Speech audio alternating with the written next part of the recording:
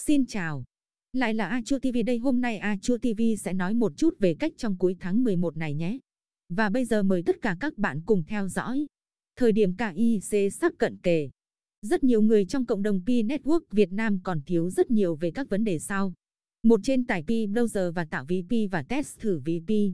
2. Trên tạo vòng tròn bảo mật đủ 100%. 3. Trên tạo nút chuyển nhận Pi, transfer. 4. Trên xác minh số điện thoại, xác minh email, xác minh Facebook. 5. Trên vấn đề chỉnh sửa tên, chỉnh sửa lỗi nhỏ về họ và tên lót, lại cho đúng. Tôi viết bài này để mọi người mới cài Pi không hiểu nhiều về Pi vào để mình và những bạn đã biết nhiều về Pi hướng dẫn. Để không ai trong cộng đồng Pi Network Việt Nam bị bỏ lại phía sau. Những bạn có những vấn đề cần giải quyết chung thì nên coi lại những comment đã hướng dẫn cho người khác trong phần comment. Nhiều người hỏi chung một vấn đề thì không giải thích cho kịp được. Khả năng tôi biết tới đâu thì tôi sẵn sàng giúp đỡ. Còn vấn đề nào khó thì mọi người vào chat trong Pi Network để hỏi thêm. Tôi mong là những bạn đã biết nhiều về Pi chung tay cùng tôi hướng dẫn những bạn chưa biết, để không một ai bị bỏ lại phía sau.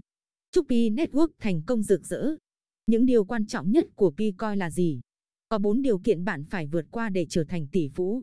Thứ nhất, tôi chắc một điều những ai đào Pi đúng luật sẽ đều được KIC. Điều này không quan trọng lắm nhưng cũng là một điều kiện bắt buộc để trở thành tỷ phú.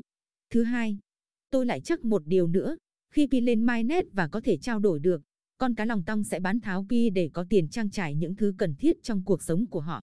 Những người này thực sự có hiểu về Pi, về kinh doanh và về blockchain. Các bạn nghĩ rằng có team không lường trước được điều này ư?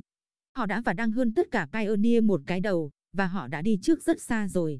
Thứ ba, sau đợt bán tháo thứ nhất, sẽ có nhiều công ty lớn trên thế giới sẽ sản xuất ra những mặt hàng hiếm và chỉ có thanh toán bằng Pi, và chỉ bán trên Pi trên Mo. Đơn cử như Tesla sản xuất điện thoại có kết nối vệ tinh, có thể Pi sẽ lên 100 đô la Mỹ trong đợt này. Thứ tư, sẽ có một đợt tăng giá mạnh, có thể Pi lên trên 1.000 đô la Mỹ, và chỉ còn những con cá mập chơi với nhau. Cá lòng tong bị nuốt hết rồi. Các bạn đừng quên bấm like và share subscribe kênh A Chua TV để được cập nhật video mới nhất nhé.